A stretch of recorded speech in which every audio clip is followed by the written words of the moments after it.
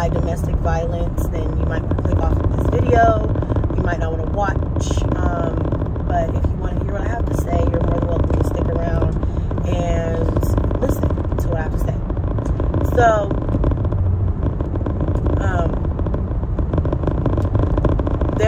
I know there's probably a lot of people who haven't even heard of this, but I'm going to go ahead and address it just because there's a lot of people who watch me who have heard about some domestic violence issues and are, you know, demanding answers, but they're kind of curious. Even of the people who are not like harassing me about it or bullying me about it, I know there's people who are still just genuinely like concerned or worried or, you know, confused. So that's why I'm addressing this. Not really because I feel the need to, because I really don't have to, because it was actually personal information of mine.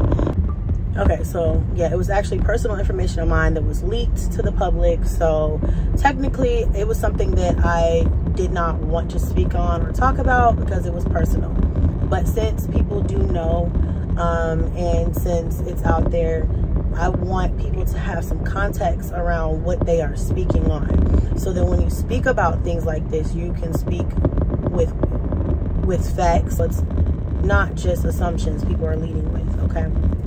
There was an incident that Rod got arrested for back in January. Okay, so my phone keeps falling and it keeps overheating, but I'm gonna try to get through this story. So, anywho, like I was saying, there's an incident that he was arrested for. People, I want you guys to understand what people have to do in order to get this information. Now, although this information is public, this is not something somebody just falls into or comes across online. It's not like they just were like, oh my gosh, you know, I just happened to find this information. Oops, it fell into my lap. They had to literally apply to receive access to it. They had to write a letter and request to get this information. So, like I said, although it's public, it's not easily accessible information. Does that make sense? So when I say people do the most when they're trying to exploit a situation, they absolutely do the most to exploit a situation for their personal gain and benefit. It's for money, and it's for views, and it's for clicks. It's not for, there's no benefit for me for people doing this. It's only benefiting them. So anyway, it's out there. There's some people who've been talking about it. And since it's my story, since it's my life, you know, there are people who think that I'm supposed to tell them, which I'm not. I'm going to share this though, because I just feel like it, okay? I have to have my fan, I have to have the air blowing, because if I don't have it blowing, my phone's gonna overheat. So I hope you guys can hear over that, okay? So the night that this happened, me and Rod were cooking in the kitchen, okay? We were cooking in the kitchen for dinner for the kids. He was making dinner actually, and I was recording him for his cooking channel. I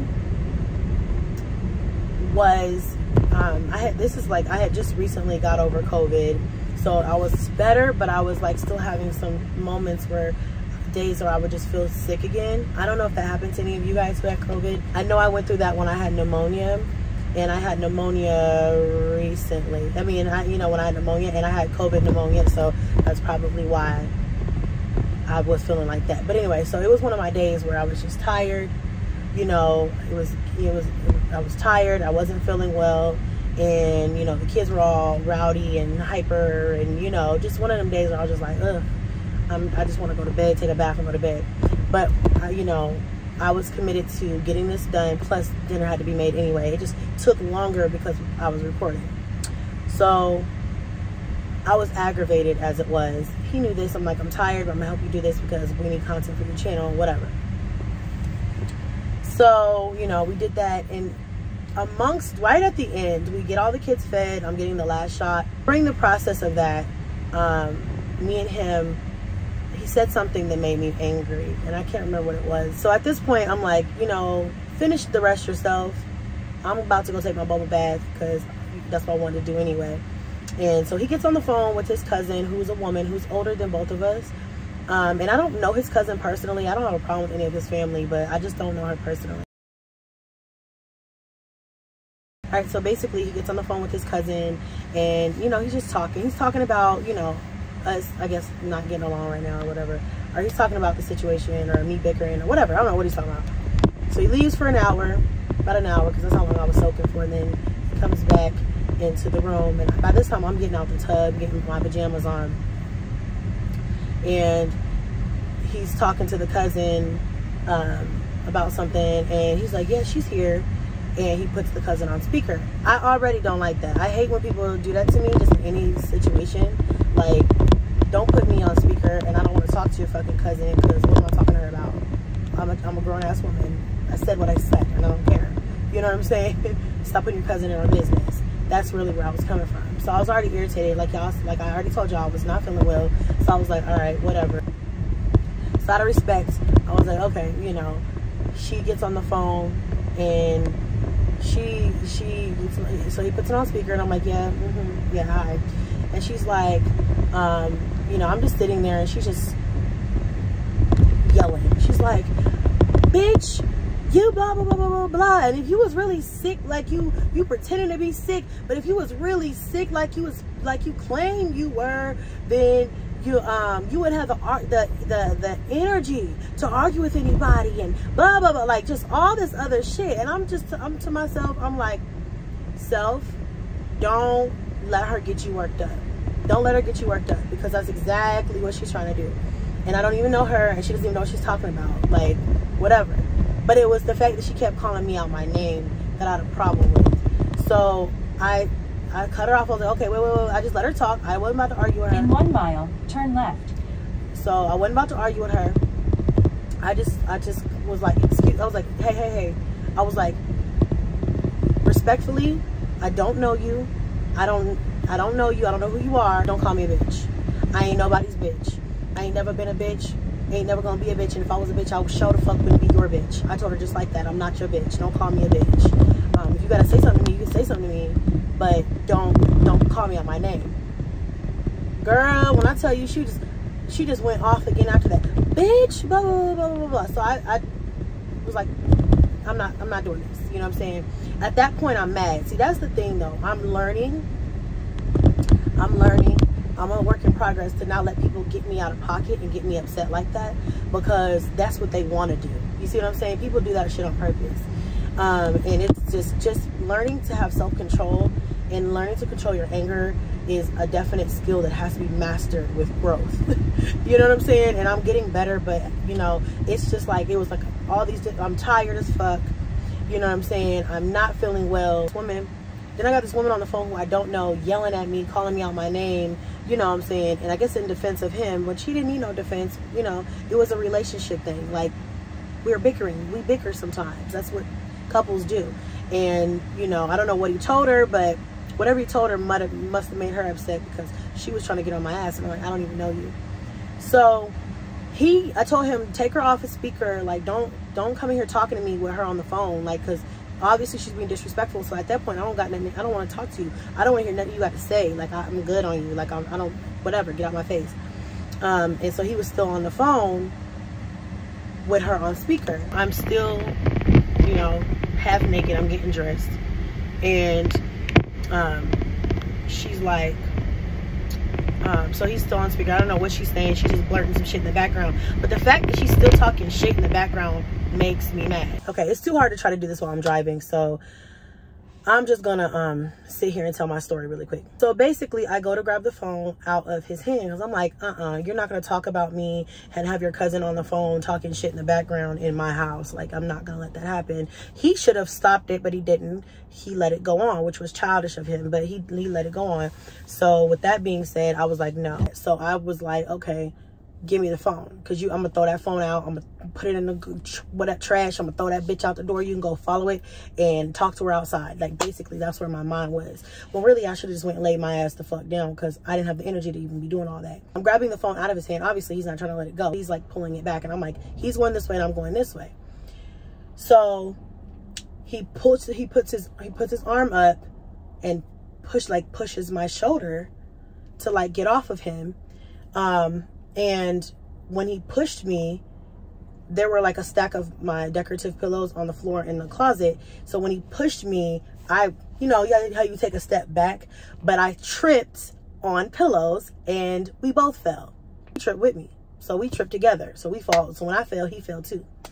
And then when he fell on top of me. So the weight from him pushed me, like, you know, he fell on top of me basically. You know, my head hit the wall. It wasn't serious, I wasn't seriously injured, but, you know, I did bump my head on the wall because of the sheer fact that he fell on top of me.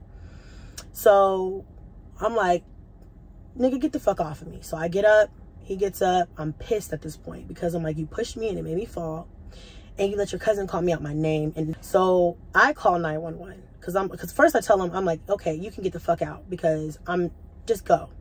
And he's like, I'm not about to like go anywhere. And he's like, it's late, you know, I'm not about to go anywhere. I'm about to just sit here. And I'm like, but you're not going to talk on the phone with your cousin. He was not going to get off the phone. Mind you, his cousin's on the phone this entire time, basically just egging him on.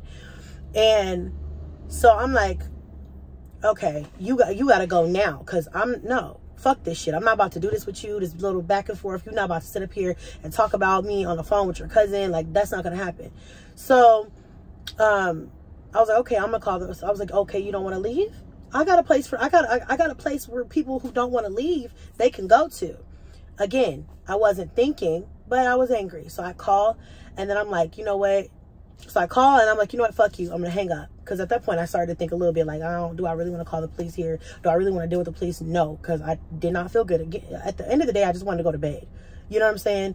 So I hang up, but they had already, you know, I called, but they answered, and I didn't say anything. I just hung up. He's still on the phone with the cousin. I decided to call his sister instead, because I actually know the sister, and, you know, we have like a little bit of a talking relationship. So, you know, if I got a problem since I'm irritated with him, I'll just call her, you know.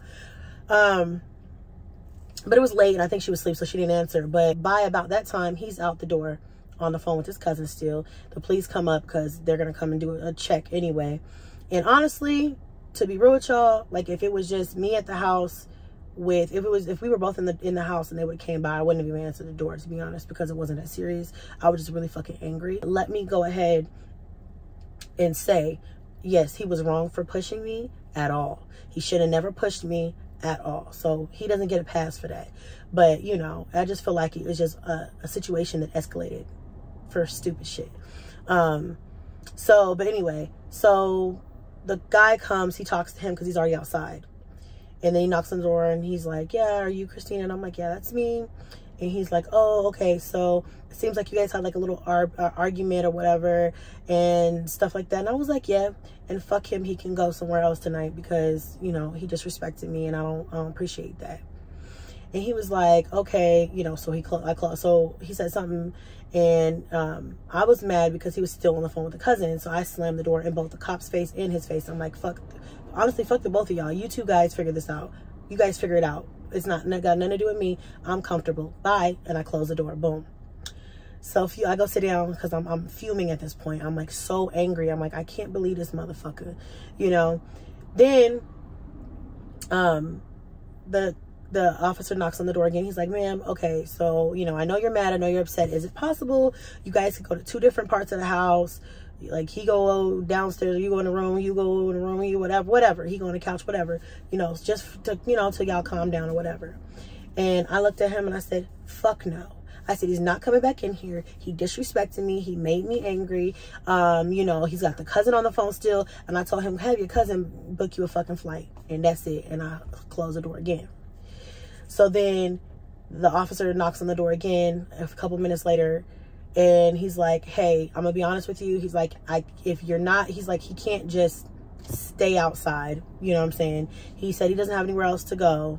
If he can't come in the house for the night or whatever, then I'm gonna have to call my sheriff deputy and he's gonna have to handle the situation. Now, in my mind, I knew that was like okay, if you don't let him in, he's gonna get arrested. But I was like, get arrested. I don't care, because don't disrespect me. Don't push me. Don't fucking have your cousin calling me out my name. Like, that's cute. It's not cute. And I was just like, I was over it. At that point, I was like, you've pushed me too far. That was the first and the last time you're ever gonna get me like that. So I said, do what you gotta do. I slammed the door. About 5 minutes later, sheriff deputy knocks on the door. He's already been briefed on everything that happened. He asked me again. I told him, I said, I don't know where the fuck he's got to go, but he can't come here because he pissed me off. You tell him to call his cousin that he's on the phone with, and you have her work out some arrangements, because I'm not about to do it. I don't care if you got to go to jail, whatever. And I said, he pushed me. I don't appreciate it. They were just like, oh, he pushed you? Okay. Do you have any marks on you or anything, or any bruises? And I was like, no. So basically, he went to jail because he pushed me. I tripped. We both fell. I hit the wall. But really, he really went to jail because he pissed me off, and he let his cousin call me out my name, and a multitude of other things that, you know, that kind of escalated the situation. Now looking back, I probably would have still been very angry with him, but I would have thought twice to call the police or to talk to the police at all, because of what's happening now. I don't want people all up in my business, you know. And then on top of that, these various things that now, you know, all these various things that have to be done now because of that one night. So, you know, looking back, I wouldn't have called the police, but he made me mad, and so that's what happened. So basically, you guys, that's the story. That's what happened. And for the people online who are saying, oh, you lied about his character. No, I didn't lie about his character. All the things that I told you, or that I showed, or that you guys saw of him were actual events, actual things. That's actually how the man acts on a regular basis. For those of you saying I lied, I don't know how I can lie about something I just didn't put out there myself. There was no lying happening. I just didn't talk about it, you guys. And also the breakup, I didn't lie about why we broke up. We did not break up because of that. He's never put his hands on me. He's never put his hands on my children, or was aggressive with me or them or anything like that. That one night, yes, he did push me, but outside of that, he's never done anything violent towards me. Okay. And there was something else I was gonna say. Oh, and another thing that I wanted to say really quickly is that people were asking, like, why did I lie about why we broke up? We didn't break up because of that. We broke up for other reasons, and it was nothing violent at all. The reason why we broke up, I will talk about maybe in another video if I feel the need to, but we broke up for other reasons. And it's just basically the man needs to go on his own personal journey, you know, and that journey needs to be taken alone. There's some things that he really needs to work on, and you know, I cannot go on that journey with him, because it's his journey personally, and it's you know, it's just his journey. And so I just feel like he's not ready for a committed relationship right now. He's got to do some personal healing, and hell, I probably am not either. So that's why I'm choosing to be single. But yeah, it has nothing to do with that night or anything like that. I wasn't ever abused. What I really hate people saying is that I choose men over my kids, or, you know, defending him or whatever. I don't do that. I don't make excuses for grown men. I don't have to, and I would never put my any of my romantic relationships before my children at all. You know, I know there's a lot of people online who try their damnedest to make it seem like I'm crazy and all I care about is men and I don't care about my kids, and that's the furthest thing from the truth. That's it. I think that's all I really wanted to address with that situation. As far as everything else, it's really none of you guys' business, and I'm not gonna talk about it. But let's just say everything I do is for a reason. People always have a concern with me moving, and they think that that's very unstable. But you guys, I have 9 children. And I want to afford them the best life possible that I can, and that I can comfortably afford. So, you know, sometimes that might mean we have to move to a different location to get a house that's the right size for us, that's in the right price point for me. Until I purchase a home, I'm gonna probably move yearly. And I try my best to stay in the same area if I can. Like, say for instance, Houston. When I was living in Houston, I lived in my house for a year. My lease was going up for renewal, and I had talked to the owners about renewing for another year, and I was about to, and then they came to me like last minute, literally the month that my lease was supposed to be up, and told me that they were going to sell. They were going to sell the house because they had another house down by the beach that was an Airbnb that made more money. So they were going to let this house go. And I was like, oh, okay, great. I wasn't, you know, I wasn't in the market to buy. I wasn't able to buy it, and I didn't want to buy that house anyway. So I was like, all right. So literally, it was hard for me to find a place in Houston at the time, because it was like, it felt like everybody was moving. It was super competitive. 5 bedrooms were scarce, and the ones that I was able to, you know, that I did see that I liked, were like somebody would get it before me or something like that. So it was crazy. So I started looking outside in outer areas, outer cities, because one thing about me, I'm not about to be homeless. Okay, so especially with my kids. So I was looking at outer cities because I was desperate. I had to, you know. It was either that or let myself be without a house. And I got my house in Austin. And, you know, I applied, just started applying for everything. My landlord in Austin called me back, and he was like, yep, it'll work. It's a 5 bedroom, whatever. And I was like, okay, great. So that's how I got that house. I don't just wake up one morning and be like, I think I'd like to uproot my kids and move, because it's just convenient. It's just something I'd like to do with my life. My life is not like that. Now, another thing that I want to stress to you guys is that when I lived in Colorado, I lived there all of my life, all of my adult life, up until 4 years ago. 4 years ago was the first time I moved out of Colorado with all of my kids, and like just left. So I'm not really one of those types of people who normally moves from state to state or city to city. I don't usually do that. But at the time, living in Colorado didn't financially make any sense anymore, because the cost of living had gotten way too high for me to afford my kids the life that I want to give. So no, I'm not rich, and I can't go get a mansion, but I can afford my kids a nice lifestyle. And I was talking to, you know, and I just have to do that the best way I know how. And I understand not everybody's life is like that. Some of you guys have lived in the same house your entire life until you went to college or got married or left the nest, and only moved twice your entire life, and that's great for you.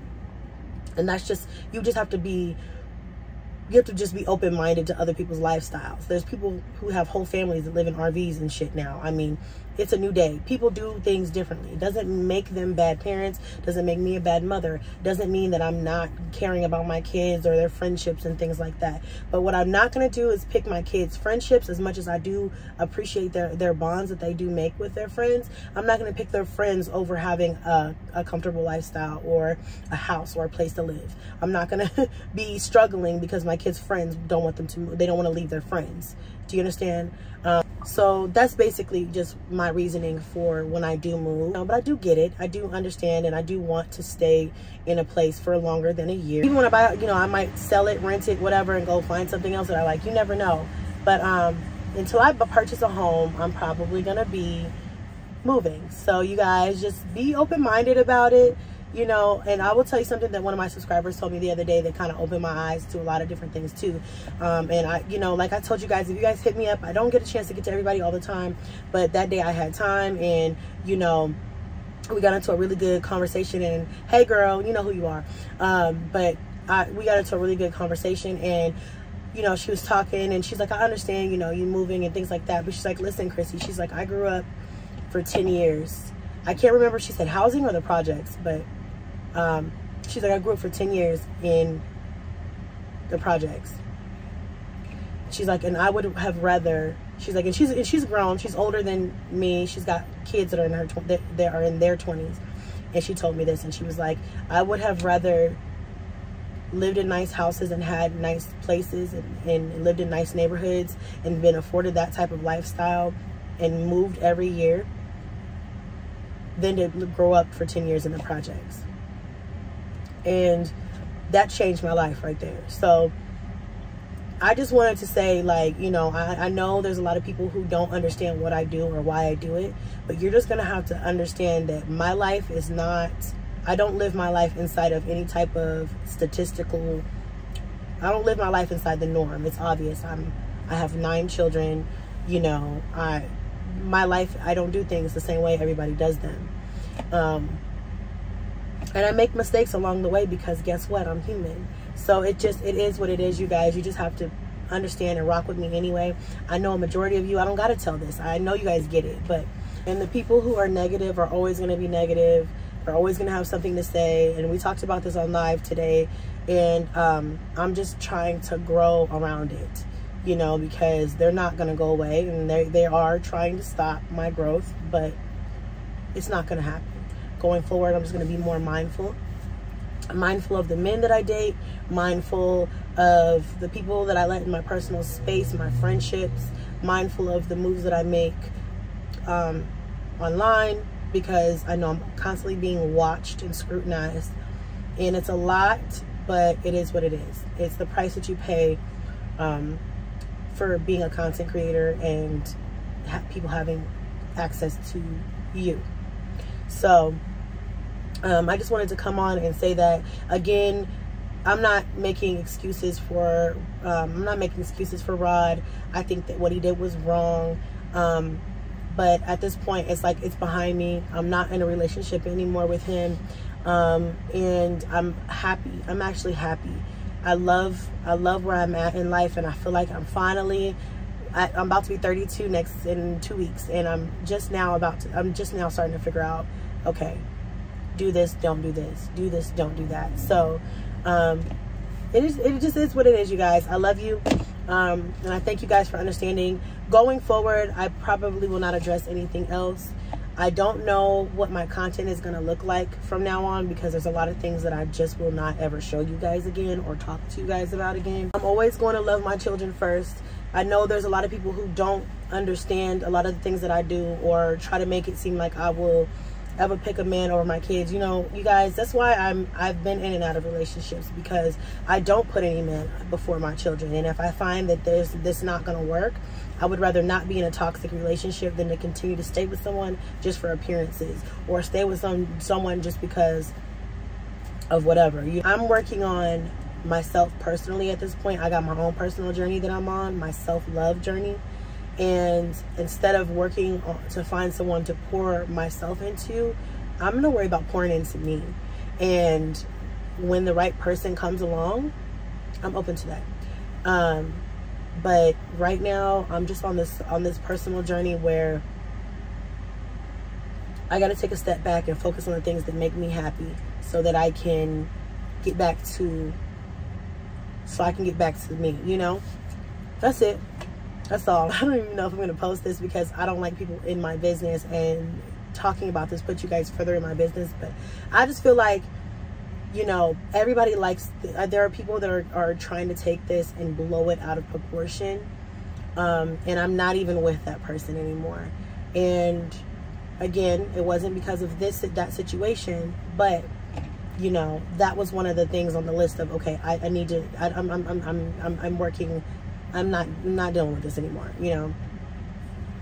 So, and although that was like a one-time incident, I wasn't about to stick around and see for myself anything else. Oh, and one more thing I want to address, and I gotta go back and add this in the beginning, but there are people questioning why I would even talk to him with a previous domestic violence record. Number one, the reason why I continued to talk to him after I did it, because I do a background check on anybody I want to talk to seriously. So I already knew this stuff, you guys. But the reason why I did talk to him was because it was from like 11 years prior. 11 years. And I just was like, you know, 11 years ago, he was 20 something, you know, he was in his early 20s.